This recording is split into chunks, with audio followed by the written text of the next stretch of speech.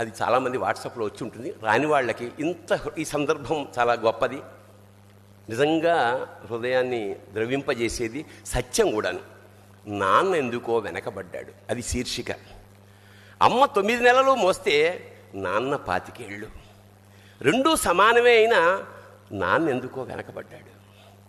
ఇంట్లో జీతం తీసుకోకుండా అమ్మ, తన జీతం అంతా ఇంటికే ఖర్చు పెడుతూ నాన్న, ఇద్దరి శ్రమ సమానమే అయినా అమ్మ కంటే నాన్న ఎందుకో వెనకబడ్డాడు.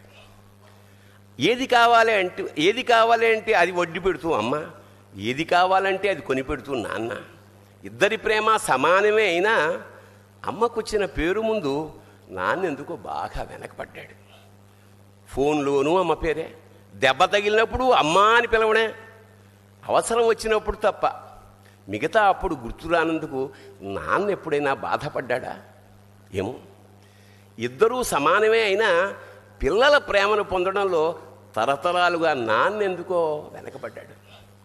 అమ్మకి మాకు బీరువా నిండా రంగురంగుల చీరలు బట్టలు, నాన్న బట్టలకు దండెం కూడా నిండదు.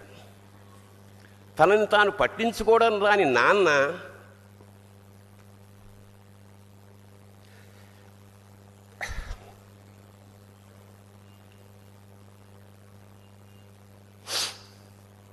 ఎందుకో మాకు కూడా పట్టనంత వెనకపడ్డాడు. అమ్మకి అన్నో కొన్నో బంగారు నగలు, నాన్నకి బంగారు అంచున్న పట్టు పంచి ఒకటే. కుటుంబం కోసం ఎంత చేసినా తగిన గుర్తింపు తెచ్చుకోవడంలో నాన్న ఎందుకో పాపం బాగా వెనకబడ్డాడు. పిల్లల ఫీజులు ఖర్చులు ఉన్నాయి. ఎప్పుడప్పుడు ఈసారి పండక్కి చీర కొనొద్దంది అమ్మ. ఇష్టమైన కూర అని చెప్పి పిల్లలు మొత్తం తినేస్తే ఆ పూటకి పచ్చడి మెతుకులతోనే ఇష్టంగా తినే నాన్న. ఇద్దరి ప్రేమ ఒకటే అయినా మా అమ్మ కంటే నాన్న చాలా వెనకబడ్డాడు. వయసు మళ్ళాక అమ్మ అయితే ఇంట్లోకి పనికొస్తుంది, నాన్న ఎందుకు పనికిరాడని మేము తీర్మానం చేసుకున్నప్పుడు కూడా వెనకబడింది నాన్నే.